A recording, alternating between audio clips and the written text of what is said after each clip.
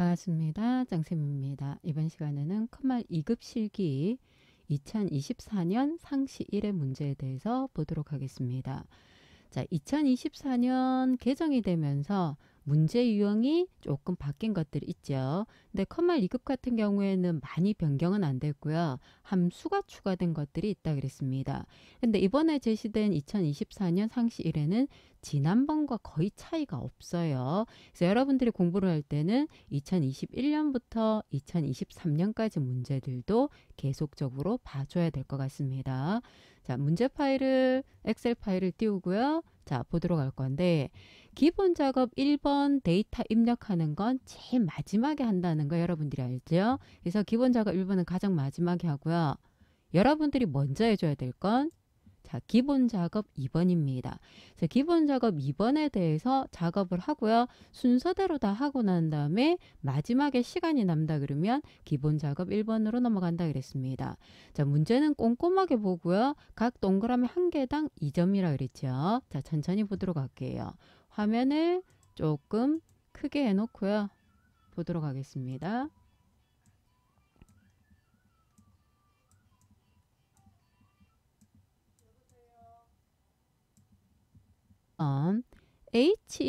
A1에서 H1 영역을 병합하고 가운데 맞춤하자 그랬습니다.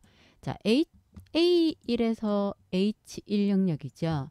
병합하고 가운데 맞춤을 하고 난 다음에 한 칸으로 만들어진 상태에서 글꼴을 궁서체로 하자 그랬고요. 글꼴을 궁서체. 자, 이렇게 찾는데 시간이 걸린다 그러면 위에 써도 된다는 거 알죠? 크기는 18포인트. 그리고 굵게 하고요. 밑줄을 실선. 아무것도 없으면 실선이고요. 자, 눌렀을 때 그냥 밑줄 되어 있는 게 실선, 이게 이중 실선 또는 이중 밑줄이라고 표현을 합니다. 자, 요렇게 표현을 해주겠다라는 뜻입니다. 그럼 첫 번째 게 됐죠. 여러분들이 시험 칠 때는 동그라미 한 개 하고 난 다음에 저장하는 습관을 들이는 게 좋습니다. 그래야 만약에 문제가 생겼을 때 엑셀 파일을 닫고 다시 열었을 때 내가 가지고 있는 화면상에서 정상적인 데이터를 얻을 수가 있어요. 자, 두 번째. 똑같이 병합하고 가운데 맞출 건데 범위가 많아요. 이걸 한꺼번에 해도 되고 하나씩 해도 된다 그랬습니다. 한꺼번에 할 때는 이런 식으로 범위를 지정해서 하고요. 하나씩 할 때는 그냥 범위 지정하고 병합, 범위 지정하고 병합. 이건 여러분들이 편하게 보통은 한 개씩 하는 게 여러분들이 편해요. 자, 이렇게 하나씩 병합을 하자 그랬습니다. 자, 병합을 하고 난 다음에 A3에서 H4, A3에서 H4 이게 병합이 되어 있기 때문에 4까지 범위가 잡혀요. 그래서 A3에서 H4가 되는 겁니다. 그래서 내가 병합한 부분을 포함해서 이거 전체에 셀 스타일을 주자 그랬죠. 스타일에서 황금색 강조사를 찾는다 그랬습니다. 황금색 강조사. 그죠? 요렇게 모양을 찾겠다라는 뜻입니다. 자, 이렇게 표현을 해놓고 난 다음에 지금 제 글자가 이상하게 보이는 것들은 화면상에서 제가 모양 자체를 요걸 보기를 크게 해놔서 그렇거든요. 이렇게 화면상에서 보기가 정상적으로 100 정도 돼 있으면 상관이 없을 거예요.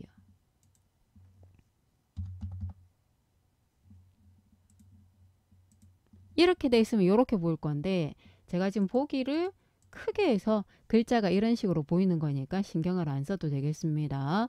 자, 요 상태에서 세 번째 A1의 셀에 제목 앞뒤에 특수문자를 넣자 그랬습니다.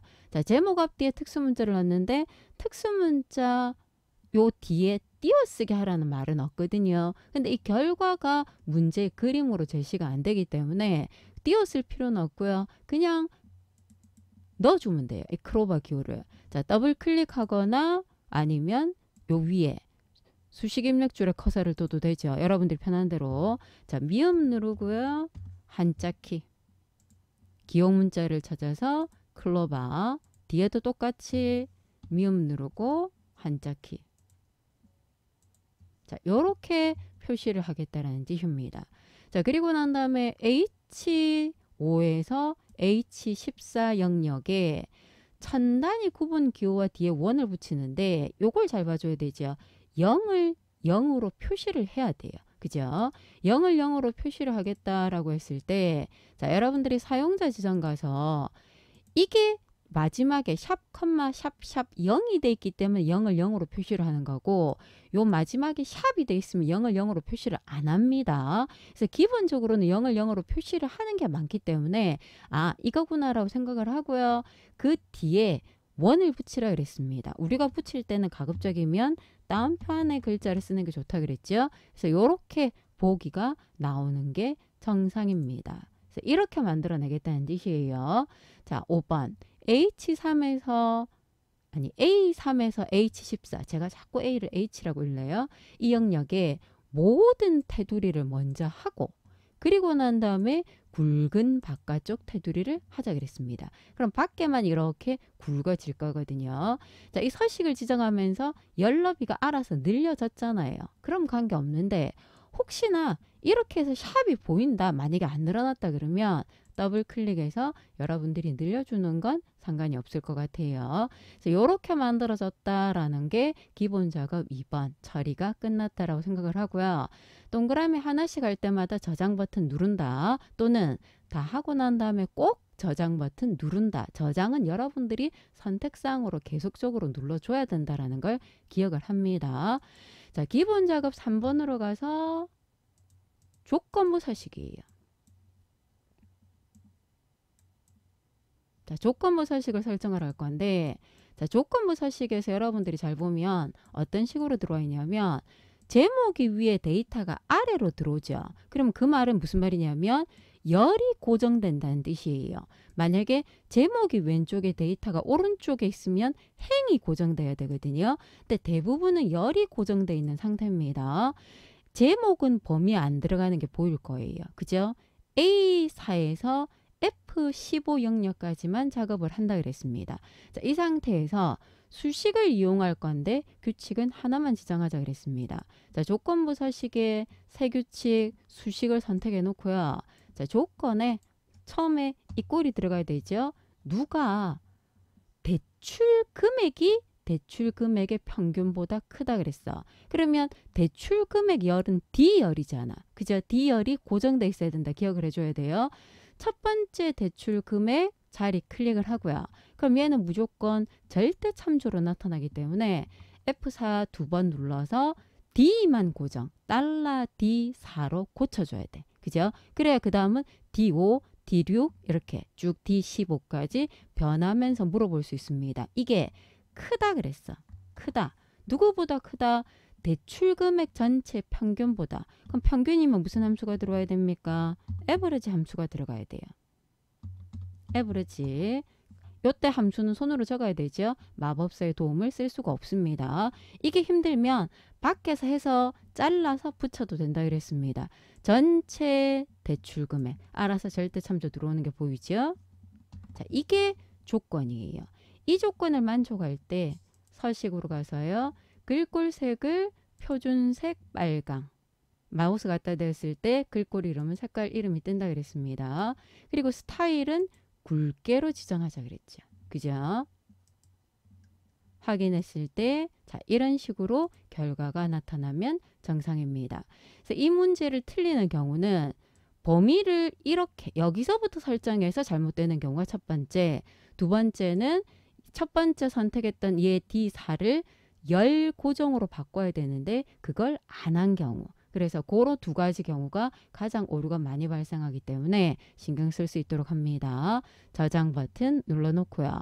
기본 작업이 끝나면 계산 작업으로 가는 게 아니라 분석 작업으로 간다 그랬습니다. 먼저 하고 계산 작업은 마지막에. 자, 분석 작업에서 뭐 하자 그랬냐면 시나리오를 만들자 그랬어요. 그럼 시나리오를 만들 때는 이름을 먼저 지정을 해줘야 되거든요. 그래서 시나리오 이름을 문제에서 시키는 대로 그대로 가면 돼요. 자, B13을 15%라는 값 들어가 있는 자리 있죠. 얘 이름을 일반, 위에 이름 상자에서 일반이라고 넣어주면 됩니다. 쓰고 난 다음에 엔터 고정하면 돼요. 그 다음 C의 13을 골드,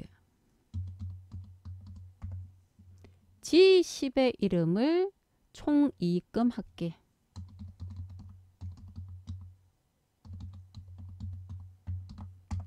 자, 이렇게 이름 지정을 할 건데 이름을 지정을 하면 이렇게 내가 어떤 이름이 지정되어 있는지 보이죠? 이게 잘못되는 경우가 있어. 범위가 틀렸거나 글자가 오타가 났거나 그때는 여기서 수정이 안 돼요. 수식의 이름 관리자에서 여기에서 선택해서 편집으로 가서요. 이름 바꾸거나 위치를 바꿔줘야 돼요. 그래서 여기서 바로 할 수는 없다라는 걸 기억을 합니다. 자, 이렇게 이름을 지정하고 난 다음에 자, 문제에서 위에 제목을 그 형태를 보면은 뭐라고 돼 있냐면 할인율 표가 이 값이 바뀐단 말이에요. 그죠? 이 값이 변경이 될 경우 이 자리가 얼마가 되는지를 알고 싶어요. 그러면 이 자리는 선택했을 때 앞에 이꼴이 없는 상수죠. 이 자리는 수식이에요. 시나리오는 상수를 선택해 놓고 시나리오 관리자로 들어가 줘야 돼. 그러면 여러분들이 한 칸이 아니라 두 칸이니까 이렇게 범위를 잡아 놓고요. 시나리오를 추가로 들어가야 된다는 뜻입니다. 목표값은 반대예요. 이렇게 수식이 돼 있는 셀을 선택해 놓고 목표값으로 들어가야 됩니다. 그래서 시나리오는 상수값, 변하는 값을 범위를 잡는다 기억을 하고요. 떨어져 있으면 컨트롤 키를 이용해서 범위를 잡아도 됩니다. 자, 시나리오가 어디 있냐면 화면상에서 데이터 메뉴에 숨어 있다 그랬죠. 가상 분석 안에 시나리오 관리자라고 숨어 있어요. 자, 띄워놓고요. 시나리오를 추가할 건데 첫 번째 이름이 할인율 인상입니다. 자, 할인율 인상에 보이죠? 변경 셀이 내가 범위 잡은 게 들어와 있는 상태입니다. 자, 확인 들어가서요. 일반을 20%니까 0.2, 20%라고 넣어도 돼요. 골드는 25%니까 0.25. 퍼센트라고 넣어도 되지만 기본적으로 숫자 값이 소수점짜리이기 때문에 그대로 쓰는 걸 권장하겠습니다. 자, 한 개가 추가되었어. 하나 더 추가, 할인율 인하. 이번에는 10% 0.1과 15% 0.25가 되겠죠. 자, 이렇게 추가를 하고 난 다음에 이 시나리오를 가지고 실제 여러분들이 시나리오 요약 시트를 만들 거거든요. 일반적으로 변동 시나리오를 만든다는 건 시나리오 요약 작업을 하겠다는 뜻입니다. 그래서 여기에 요약 시트라는 말이 있을 거예요. 두 가지의 시나리오를 추가했다 그러면 밑에 요약을 눌러놓고요.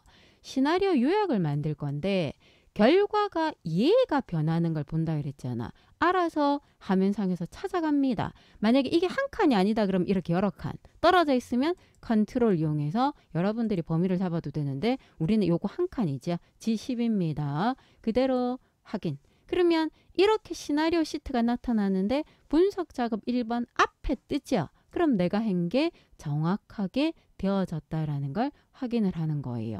얘들은 부분 점수가 없죠. 동그라미 1번이 없잖아. 그죠? 조금이라도 잘못되면 무조건 10점이 날아가기 때문에 주의해줘야 되는 문제 중에 하나입니다. 분석 작업 2번으로 넘어가겠습니다. 자, 분석 작업 2번은 피벗 테이블인데 얘도 동그라미 1, 2, 3, 4 없잖아. 전체 배점이 10점이고요. 부분 점수가 없다는 뜻인데 결과 그림이 없어요. 그죠? 결과 그림이 없으면 문제에 제시된 것만 정확하게 해주면 된다는 뜻입니다. 자, 이 데이터를 이용해서 피벗 테이블을 만들려고 그랬어. 자, 전체 데이터를 범위를 설정해 놓고요. 삽입의 피벗 테이블, 테이블 범위에서 자, 요게 2021 버전 이렇게 돼 있을 거고요. 21 버전 밑에 16 버전은 그냥 피벗 테이블 누르면 바로 요 창이 뜹니다. 그래서 화면이 조금 달라요. 버전에 따라서.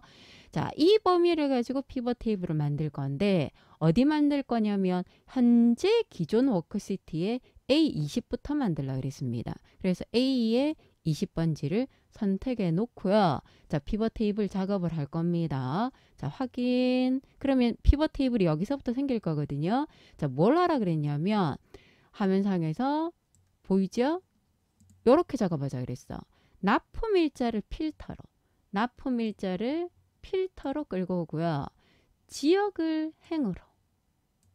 제품명을 열로 값에 납품 수량과 납품 총액의 합계가 들어오거든요. 납품 수량의 값을 가지고 오면 기본이 합계예요. 납품 총액을 끌어다 놓으면 기본이 합계입니다. 함수가 바뀌었다 그러면 값 필드 설정해서 함수를 바꾸거나 이름을 바꾼다는 건 우리가 알고 있어요. 자, 이렇게 구할 건데 시그마 기호가 뭐냐면 값이 2개 이상 들어갔을 때 열에 기본적으로 이렇게 시그마 기호가 생겨요. 이걸 행영역으로 이동하자 그랬습니다. 그럼 지금 여기 보면은 화면상에서 이렇게 만들어진 데이터가 이 시그마를 행 밑으로 갖다 놓으면 이렇게 바뀔 거거든요. 이 상태를 만들어 놓자라는 뜻입니다. 자, 그 상태에서 디자인에서 보기를 어떻게 바꾸라는 말은 없고요. 보고서를 열의 총합계만 설정하자 그랬거든요. 밑으로 세로 방향으로 있는 이게 열의 총합계고 가로 방향으로 있는 이게 행의 총합계인데 열의 총합계만 설정하자는 건 행의 총합계 이게 없어져야 된다는 뜻이에요. 자, 디자인에서 총합계를 열의 총합계만 설정. 그럼 이거 보이죠? 행의 총합계만 없어지죠.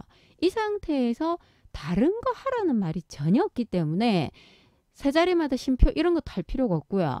여기 제목 바꾸라는 말도 없기 때문에 보기 형식 바꾸라는 것도 여러분들이 안 하면 됩니다. 그냥 그대로 두면 돼요.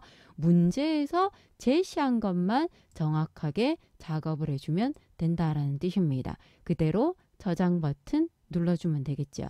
그래서 해당되는 것들이 어떤 형태를 가지고 있는가를 보고요. 천천히 화면상에서 문제대로만 그림이 있으면 그림을 보고 판단을 해야 되는데 결과 그림이었기 때문에 이것만 보고 우리가 판단을 해야 됩니다. 자, 이렇게 작업이 됐다 그러면 그대로 저장 눌러줘야 되겠죠. 자, 그 다음으로 갈 게 이제 매크로입니다. 자, 매크로는 단추나 도형을 먼저 만들고 매크로 해도 되고 매크로를 만들어서 단추나 도형을 나중에 만들고 연결해도 돼요. 관계없어요. 이거 질문 상당히 많이 하대요. 그래서 어떤 방법으로 쓰던 관계가 없습니다. 편한 대로 해주면 됩니다. 단 주의할 거 매크로를 만들 때는 A1번지나 왜 제가 A1번지 하냐면 A1번지는 매크로 안에 들어가는 경우가 거의 없어요. 아니면 표 말고 이 안 말고 밖에 빈칸 아무 때나 클릭해놓고 매크로를 만들러 가야 되지. 내가 매크로를 만들어야 되는 자리에 클릭해놓으면 실제 매크로 기록할 때 이 자리를 클릭하는 걸 선택하는 걸 잊어버리기 때문에 안 된다 그랬습니다. 그럼 그렇게 해버리면 요렇게 안 돼요. 정상적으로 포인터, 셀 포인터 위치에 관계없이 실행이 안 되기 때문에 오답 처리가 되기 때문에 A1번지나 밑에 아무것도 없는 빈칸에 클릭해 놓고요. 매크로를 만들러 가겠습니다. 자, 개발 도구에 개발 도구가 없으면 여러분들이 보여야 되죠. 만약에 없다 그러면 파일의 옵션에서 리본에서 개발 도구 체크가 들어가져 있어야 된다는 걸 기억을 합니다. 자, 매크로 기록 이름을 이익률이라 그랬습니다. 확인. 자, 어디에서? F4에서 F11 영역인데 계산을 할 거잖아. 그러면 하고 난 다음에 채우기를 할 거기 때문에 F4만 일단 클릭을 해주면 돼요. 자, 수식입니다. 이익률은 순이익 나누기 매출총액. 이 자리의 순이익은 이거죠. 이 자리 나누기 매출총액 이 자리. 그죠? E4 나누기 D4가 될 거고요. 엔터 해서 결과가 나오면 이 수식을 이렇게 채우기를 하겠다는 뜻입니다. 끝났죠? 매크로 기록 중지. 중지를 하고 난 다음에 단추를 어디 만들 거냐면 B13에서 C14 영역에 만들 거예요. 만들고자 하는 부분을 이렇게 범위를 잡아 놓으면 여러분들이 그리는 데 도움이 돼요. 꼭 안 잡아도 돼요. 내가 어디까지 그려야 되는지를 그냥 알려주는 형태를 취하는 거지 이걸 범위를 지정하고 그려야 된다는 뜻은 아닙니다. 자, 단추를 만들려고 그랬어요. 삽입의 양식 컨트롤의 단추를 만들 때는 Alt키 누르고 만들어야 된다는 거 알죠? 이 이익률을 연결을 해줘야 돼. 그리고 글자를 이익률이라고 쓰자 그랬습니다. 자, 이거 질문이 들어왔었는데 이런 도형이나 단추에는 글을 쓰고 난 다음에 엔터를 누르면 이렇게 줄이 바뀌어요. 보입니까? 원래는 얘가 가운데 있었잖아. 그런데 내가 엔터를 하면 애가 위로 가죠. 줄이 두 줄이 되었단 말이야. 화면상에서. 그럼 이렇게 밖으로 나왔을 때, 밖에 클릭했을 때 얘가 정상적으로 돌아오면 관계가 없는데 도형은 잘 돌아오지를 않아요. 그래서 가급적이면 엔터를 하지 말라라고 표현을 합니다. 그래서 똑같으면 상관은 없어요. 똑같으면 상관이 없는데 이게 위로 올라가기 때문에 글자가 두 줄이 돼버리기 때문에 엔터를 하지 말고요. 밖에서 클릭 이렇게 해서 고정하는 게 좋습니다. 자, 마우스 갖다 댔을 때 손가락 보이죠? 그죠? 실행이 아무 때나 있어도 되면 정상이다라는 뜻입니다. 한 개가 만들어졌어요. 자, 두 번째 A 1번지나 밖에서 클릭해 놓고요. 다시 두 번째 매크로 기록하러 가겠습니다. 자, 매크로 이름이 서식이에요. 기록하고 있는 상태죠. 기록하고 있다라는 건 기록 중지 버튼을 보고 우리가 확인할 수가 있습니다. 어디에? A3에서 F3 영역에 채우기 색을 노랑이라 그랬습니다. 채우기 색을 노랑. 끝이죠. 개발 도구의 기록 중지. 자, 얘를 D13에서 E14에 요 자리죠. 둥근 모서리, 사각형 둥근 모서리 도형을 만들 겁니다. 삽입의 도형에 둥근 모서리, 사각형 둥근 모서리를 역시 Alt키 누르고 그려주세요. 자, 그리고 난 다음에 도형은 매크로 연결이 바로 안 뜨죠. 글자를 서식이라고 쓴다 그랬습니다. 쓰고 난 다음에 도형 옆에서 오른쪽 버튼 매크로 지정창이 떠야 돼요. 매크로 지정을 우리가 띄우는 겁니다. 서식을 연결해 주면 되겠죠. 그죠? 특별하게 다른 걸 하라는 말은 없어요. 그래서 이렇게 눌렀을 때 아무 상관없이 실행이 되면 정상이라 그랬죠. 그대로 저장이고요. 매크로는 동그라미 번호가 있잖아. 동그라미당 각 5점이라고 되어 있습니다. 그럼 만약에 1번을 모르면 1번 하지 말고 2번만 해도 된다는 뜻입니다. 자, 차트 작업으로 넘어가겠습니다. 차트는 동그라미 번호가 5개, 각 2점이라고 되어 있어요. 개별 차점이 된다는 뜻입니다. 이 차트를 변경을 하면 안 돼요. 쟤를 가지고 그대로 여러분들이 만들어낼 수가 있어야 돼. 그래서 화면상에서 이렇게 보면서 작업을 해보도록 할게요. 자, 첫 번째 차트 작업을 할 때는 차트 영역을 선택을 해놓고 작업을 한다 그랬는데 지금 현재 상태에서 보면은 차트 영역을 선택하면 이렇게 범위가 들어가 있는 게 보이어요. 그죠? 평균 데이터가 없어. 그러면 첫 번째 문제가 뭐냐면 이 평균이 차트에 표시될 수 있도록 데이터 범위를 추가하자 그랬습니다. 자, 그럼 잘 보세요. 평균은 연결되어 있는 데이터잖아. 그러면 첫 번째 방법으로 요 보이죠? 요 까만 점 이렇게 해도 돼요. 이렇게 해도 되고요. 우리가 일반적으로 하는 건 오른쪽 버튼 데이터 선택에 가서 보이잖아요. 현재 범위 뒤에 커서를 두고요. 평균 범위를 이렇게 지정을 했으면 현재 이렇게 이 범위랑 컴마 이 범위 들어와 있죠. 근데 내가 이렇게 확인을 하고 난 다음에 다시 데이터 선택 들어가 보면 이 범위가 연결되어서 컴마 없이 여기서 여기까지 되어 있는 경우들도 있어요. 그건 아무 관계 없습니다. 자, 이렇게 추가를 하고 난 다음에 행렬 전환을 하자 그랬어. 요 범례와 가로축을 바꾸겠다는 뜻입니다. 이거죠. 행렬 전환을 이렇게 모양을 변경을 했다는 뜻입니다. 자, 1번이 끝났어요. 자, 두 번째. 평균 계열의 차트를 현재 평균이 회색이거든요. 표식에 있는 꺾은 선으로 바꾸자 그랬어. 평균 계열 위에서 평균이 밑에서 안 보이면 다른 계열 위에서 해도 상관이 없어요. 2016 버전 이상은. 그래서 2013 버전 또는 2013 버전도 아마 될 거예요. 10 버전이다 그러면 요 평균이 안 보이면 여기서 해야 돼. 요 범례를 이렇게 평균만 잡아놓고요. 여기서 오른쪽 버튼 들어가 줘야 되는데 16 버전, 13 버전 이상부터는 요 아무 때나 상관이 없습니다. 자, 오른쪽 버튼 계열 차트 종류 변경에 10 버전 여기 혼합이라는 게 없거든요. 여기서 해야 되는데 16 버전 이상부터는 혼합이기 때문에 여기서 한다 그랬습니다. 자, 누구를 바꾼다 그랬습니까? 평균 데이터를 표식이 있는 꺾은 선형으로 바꾸고요. 보조축 작업을 하자 그랬습니다. 그죠? 보조축으로 작업을 보조축 작업하자는 말은 없네요. 표식이 있는 꺾은 선으로만 바꾸자 그랬어요. 자, 이렇게 해서 확인. 그럼 표식 있는 꺾어선이 나왔는데 선의 너비와 완만한 선, 요 꺾은 선 모양을 선택하고요. 오른쪽 버튼 계열 서식으로 가서 자, 여기 채우기 및 선이라고 돼 있죠. 여기 선에 너비가 있어요. 이 너비를 4로 주겠다는 뜻입니다. 두꺼워진다는 뜻이죠. 그리고 완만한 선 체크를 하면은 이렇게 굽어져 있는 것처럼 보일 겁니다. 이 작업을 해준다는 뜻이에요. 자, 동그라미 2번이 끝났습니다. 3번 세로축이 이거잖아. 그죠? 세로축 서식에 가서 기본 단위 최소값과 최대값을 건드리란 말은 없으니까 손대지 말고요.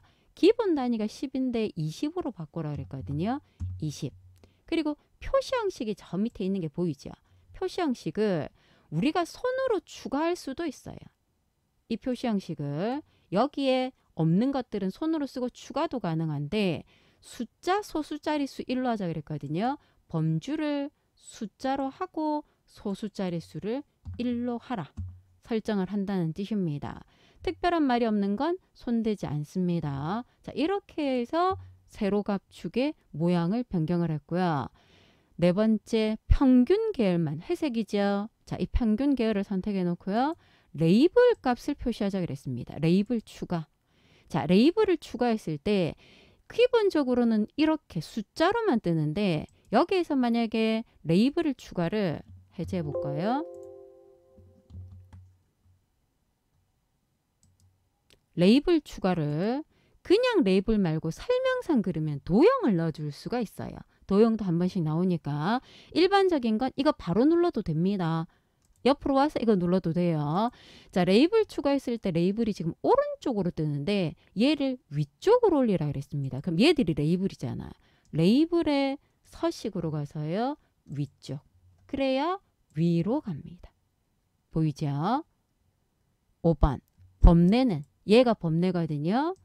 범례 서식으로 가서 배치를 오른쪽으로 왔죠. 보내고 난 다음에 스타일은 여기서 찾으면 돼요. 조금 전에 그 오른쪽 옵션 창에서 찾아도 되지만 여기에서 서식에서 찾는 게 여러분들이 더 편합니다. 도형 스타일을 미세 효과 파랑 강조 1이라는 걸로 찾자 그랬습니다. 이렇게 만들어 주겠다는 뜻이에요.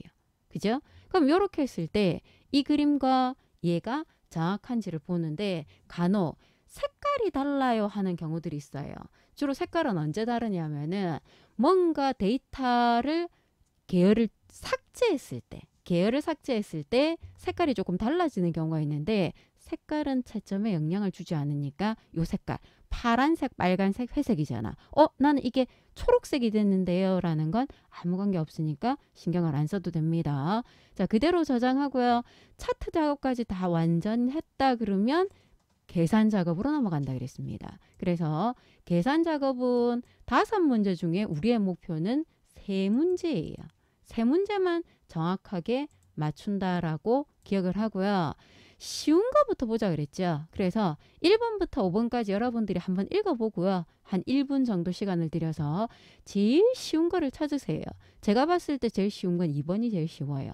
그래서 이런 걸 찾아내는 것도 실력입니다. 그래서 내가 풀 수 있는 세계를 본다라고 생각을 해주면 됩니다. 자, 저는 1번부터 보도록 할게요. 자, 표 1번에서 요일 번호를 찾아서 위크데이 함수로 요일이 번호가 1이면 일요일, 그럼 7이면은 토요일이겠죠. 그걸 추즈와 위크데이로 작업하자 그랬습니다. 그러면 요일 번호를 찾아서 그 값이 1이면 일요일, 2면 월요일을 추즈 안에 넣어야 되니까 순서는 이렇게 들어가는 게 맞아요.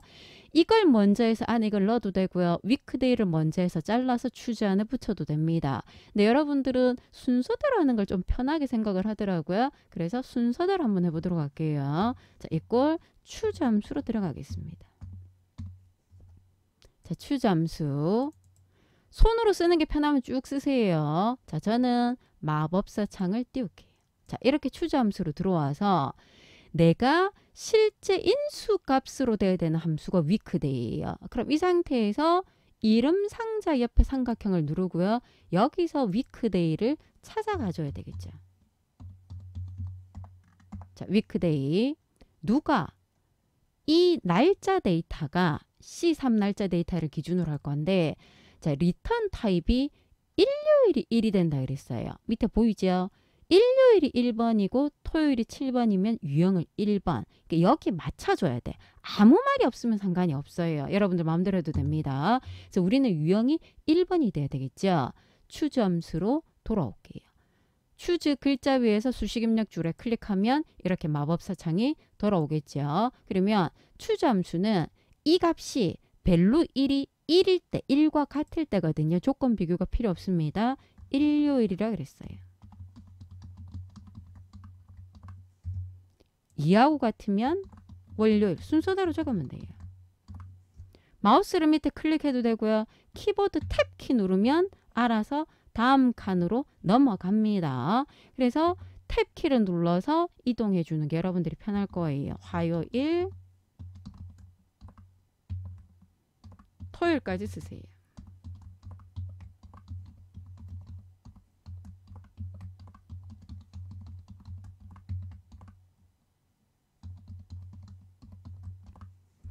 (7번이) 토요일까지. 여기서 한 개가 빼먹어버리면 에러가 뜹니다. 자, 이렇게 만들어졌다는 뜻이야. 보이죠? 확인.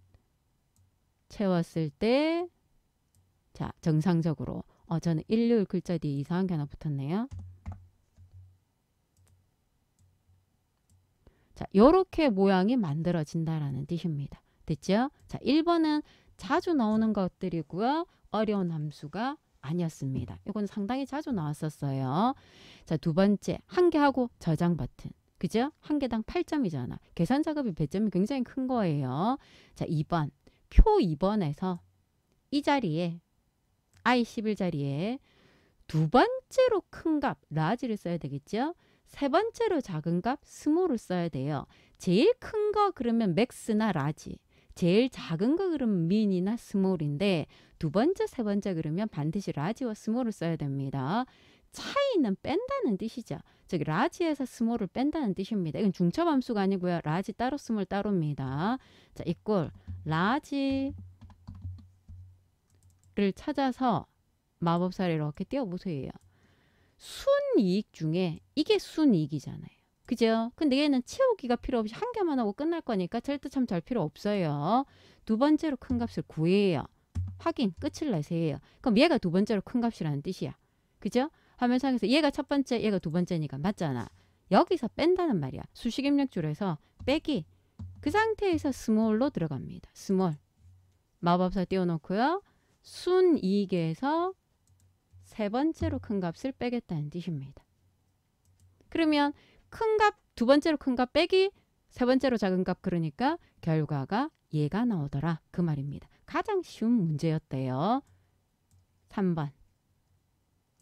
얘가 요 중에서는 제일 조금, 제일은 아니고요. 조금 까다로운 문제다라고 봐줄 수 있는 겁니다.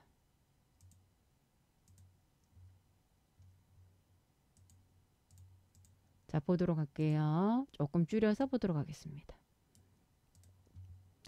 자, 3번이 뭐냐면은 보이죠? 표 3에서 매장명과, 이게 매장명이야. 제품명이 이거거든요. 얘를 이용을 할 건데 매장명은 그대로 쓸 거고요. 제품명에서 오른쪽 끝에 한 글자, 마지막 글자, 요 글자 하나를 가지고 작업한다 그랬어요. 왜 이렇게 하냐면 요 표가 보이잖아. 요렇게 만들어져 있어요. 그죠? 그러면 여기 있는 매장명에, 요 매장명에 요 마지막에 있는 글자를 붙여야 된다는 뜻이에요. 이걸 붙여야 되기 때문에 연결 연산자가 필요하겠죠. 그죠? 얘가 필요합니다. 그걸 가지고 찾아야 돼. 그걸 갖고 찾는데 내가 찾아야 될 데이터가 제목이 왼쪽에 오른쪽에 있기 때문에 H그룹이 쓰이는 거예요. H그룹이 쓰이고요. 오른쪽 끝에 한 글자를 뽑아내기 위해서 라이트가 쓰이는 거예요. 그래서 이거는 조금 까다롭게 느껴질 수 있는 문제입니다. 자, 판매 금액을 구할 건데 판매량 곱하기 판매가라 그랬습니다. 판매량은 여기 있죠. 판매가를 여기서 찾아야 돼. 그죠? 그러면 판매량 곱하기 해놓고요. 자, H룩업부터 들어가줘야 되죠. H룩업 마법사를 띄워주세요. 자, 여기서 내가 찾는 값이 얘를 가지고 찾아야 되잖아. 얘를 가지고 찾을 건데 그거는 매장에다가 요 뒤에 있는 걸 붙여야 되죠. 그래서 찾는 값이 이 값에서 변해야 되니까 상대 참조입니다. 연결해 놓고요. 이 상태에서 라이트 함수를 찾으러 가야 돼요. 라이트. 제품명에서 한 글자를 뽑을 거예요. H룩업으로 되돌아오면 요렇게 만들어지고요. 그럼 여기 서부고 얘가 B였으니까 찾는 값이 서부 B가 되죠. 그죠? 요렇게 만들어주겠다는 뜻이야. 찾는 값에 조금 꼬아놨다라고 생각을 해주면 됩니다. 이걸 찾을 건데 그럼 내가 찾는 게 서부 B를 찾을 거잖아요. 그죠? 테이블은 여기서부터 제목을 빼고요. 여기서부터 여기까지지. 이렇게 하면 안 돼. 서부라고 서부만 하면 안 돼요. 전체 제목을 제외한 전체인데 H나 V룩업은 제목이 들어가도 상관은 없어요. 보통은 제목을 뺍니다.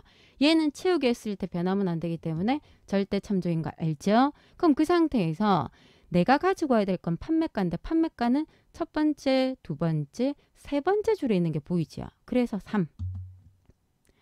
정확하게 일치하는 걸 찾아야 되죠. 해당되는 비슷한 거를 찾으면 안 돼요. 그래서 정확하게 일치하는 것은 false 또는 0이라고 적어주면 되겠죠. 이렇게 해서 결과를 만들어내겠다는 뜻입니다. 3번이 조금 까다로웠어요. 4번. 자, 표 4에서 이것도 한 칸짜리죠. 채우기가 필요 없는 거예요. 필기 점수가 80 이상이고 조건 하나, 면접 점수가 70 이상. 조건이 두 개이기 때문에 ifs가 지금 다 들어가 있는 건데 수를 계산하는 거잖아. 평균을 계산하라 그러면 이거였을 거고 합계를 계산하라 그러면 이거였는데 합격자 수죠. 인원수잖아. 그래서 count ifs가 들어가야 돼요. 그죠? 그걸 계산하고 난 다음에 뒤에 명을 연결 연산자를 이용해서 붙이자 그랬습니다. 이게 두 번째로 쉬운 문제 같아요. 자, count ifs 띄워놓고요. 자, 얘는 세트로 돼 있어요. 레인지 1번, 조건 1번. 그죠? 첫 번째 조건은 누가? 필기 점수가 조건은 텍스트 형식이라고 되어 있거든요. 우리가 손으로 쓸 때는 앞뒤로 따옴표가 들어간다는 뜻입니다. 크거나 같다 80. 필기가 80 이상의 사람이 6명 있다는 뜻이에요. 그러면 두 번째 세트 생기는 거 보이죠? 두 번째는 면접이 70 이상이라 그랬어요.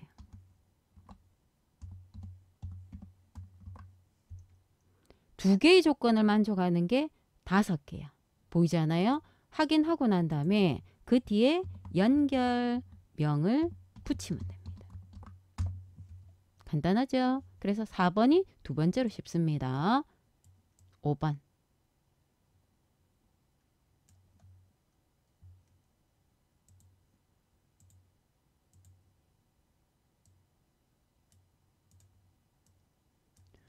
자, 하나 하고 난 다음에 옆으로 채워야 된다는 거 일단 이해를 해줘야 돼요. 뭐하라 그랬냐면 회원 아이디가 이거야. 이 회원 아이디에 얘랑 동일한 게 있으면 이거랑 똑같은 게 몇 개 이상 있으면 2개 이상 있으면 뭐 하자 그랬습니까? 우수 아니면 일반을 표시를 하자 그랬습니다. 그래서 if를 이용해서 맞으면 우수 틀리면 일반인데 조건으로 들어가는 게 id가 2개 이상이냐 하기 때문에 count if가 들어오는 거예요. 그래서 if 안에 count if가 들어간다라고 이해를 해줘야 되겠죠. 자, if 마법사 띄워놓고요. 자, 이 조건에 count if가 들어가는 거예요.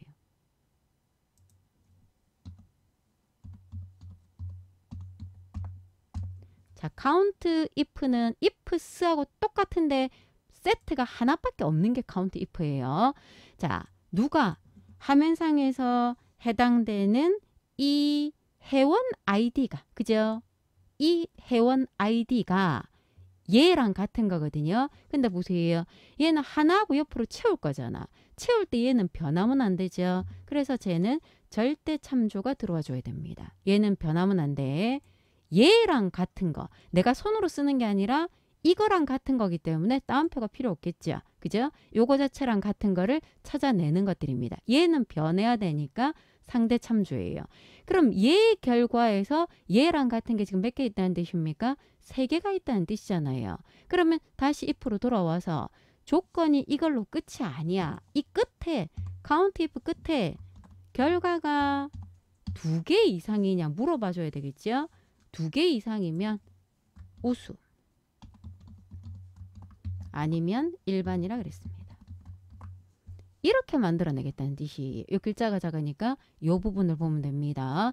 그래서 개수를 구해서 2개 이상일 때는 우수 아니면 일반을 회원 구분에 표시를 하는 거고 내가 채웠을 때 자 이렇게 우수 2개, 일반 2개가 나타나면 정상이겠습니다.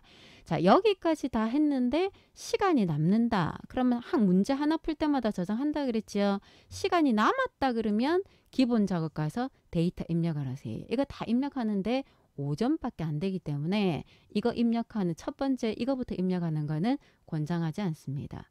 이거 입력하는데 여러분들이 적어도 5분 이상은 걸릴 거거든요. 그래서 다른 거 다 하고 난 다음에 시간 남을 때 작업을 한다라고 생각을 해주세요. 자, 오늘은 여기까지 보도록 하겠습니다. 수고하셨습니다.